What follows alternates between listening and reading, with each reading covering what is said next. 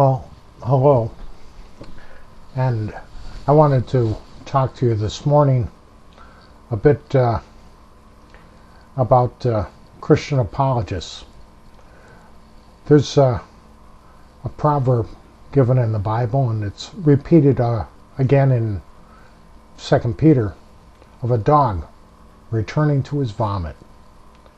And we can liken that to people that have besetting habits, and we can liken that to Christians who, once they are starting to hear the truth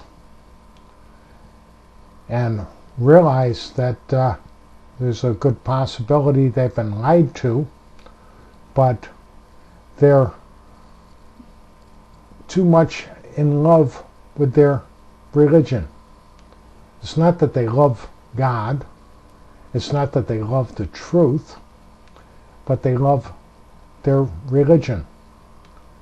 And they hate to admit that they've been lied to, and admit that they've been lying to other people because they're parroting everything that they've heard to begin with. So they go running out and they'll buy a book like Lee Strobel's A Case for Christ, or Evidence That Demands a Verdict, something of that sort, and go running right back to the people that lied to them to begin with, whether it was done intentionally or not. We're not saying, because we have no way of knowing. But go right back to the church that lied to them to begin with and see if they can find the answers there. I have a friend that I've started pointing out some of these inconsistencies to, and so she's, well, if the Bible is supposed to be our source of authority for the faith, that I should be able to find the answer in the Bible. Well, good luck. Good luck. You know, if somebody toyed with the scripture, they're not going to admit that in the Bible that they did that. There's not going to be, a note in the appendix saying, oh, by the way, 2,000 years ago, we decided to mess with the book of Romans. It's just simply not there. At any rate, I've also heard the expression, would the disciples have died for a lie? Well, excuse me, but people die for lies every day. It's not that they told a lie and that they're going to die for it, but that they believe the lie. Christians are still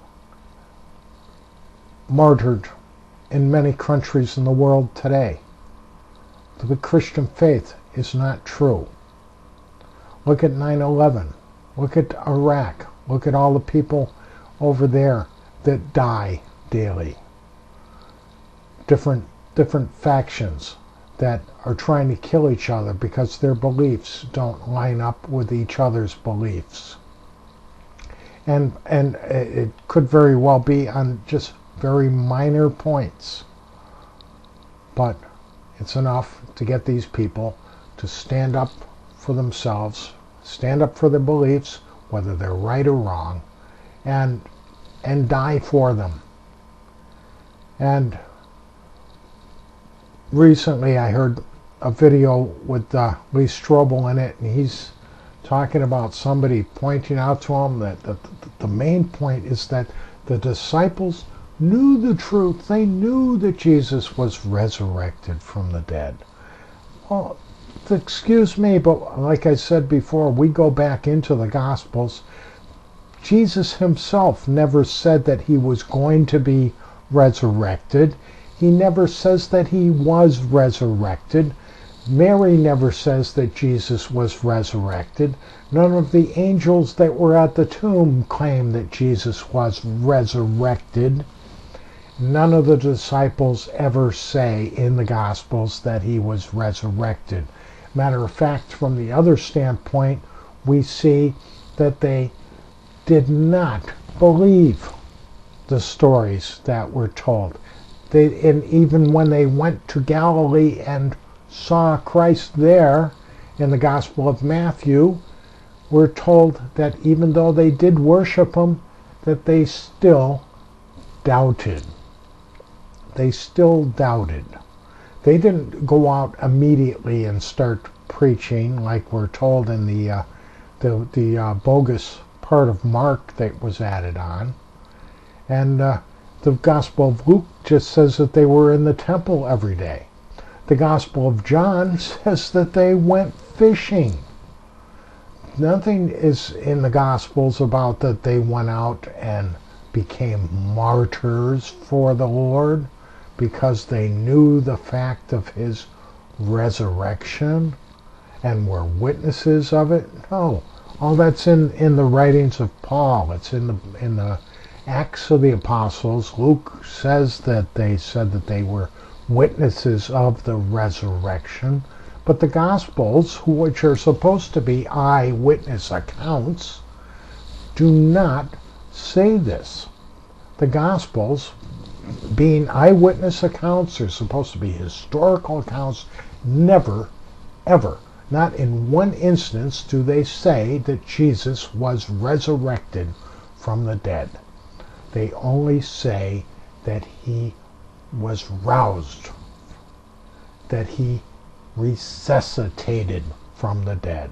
The word is agero. It means to awake, to arouse, to resuscitate. It does not mean to resurrect. You see? So just that fine point. Lee Strobel, you watch his video and he will say they knew that Jesus resurrected. The Gospels don't even say that, but he does. He'll tell you that the Gospels say that he was resurrected and the disciples went out, and that's why they were willing to die. Not because they simply believed these things, but because they knew them. Well, knew them from where? I don't know. It's not in the Gospels. The Christian faith is simply not based on the truth. And please, if I'm finally getting through to you, don't go running back to the Christians and they're just going to take you and suck you right back in again.